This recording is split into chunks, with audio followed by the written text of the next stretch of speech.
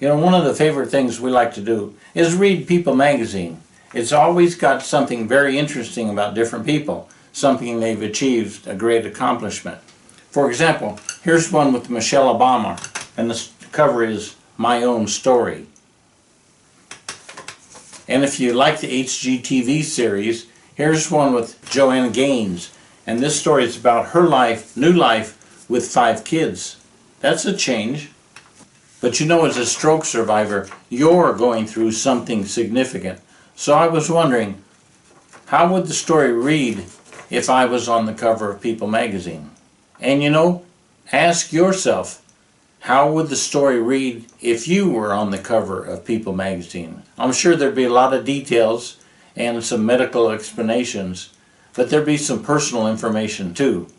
And you know, it might read like this. Let me give you 2 examples. Let's talk about Vicky. Vicky was living her life and enjoying her family and working hard every day. And then suddenly, one day, without warning, everything changed. Vicky had a stroke. Before, Vicky was active, involved in her church and with her kids at school.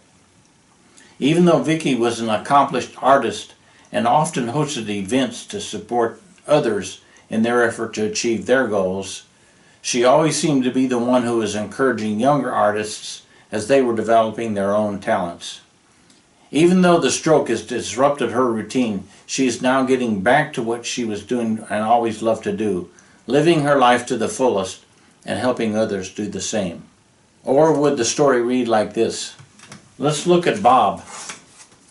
Bob was living his life and enjoying his family, working hard every day, and then suddenly, one day, without warning, everything changed. Bob had a stroke. Before, Bob was always active, involved in his church and with his kids at school. And even though Bob was an accomplished teacher and speaker, he now spends most of his time at home. His work has stopped, and he hasn't spoken to a class in months. The last time Bob was even seen in public, he was depressed and struggling to get around. 2 completely different stories. You know, our life is what we choose to make it.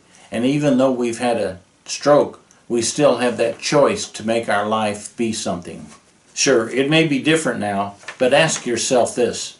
How would your story read if you were on the cover of People magazine?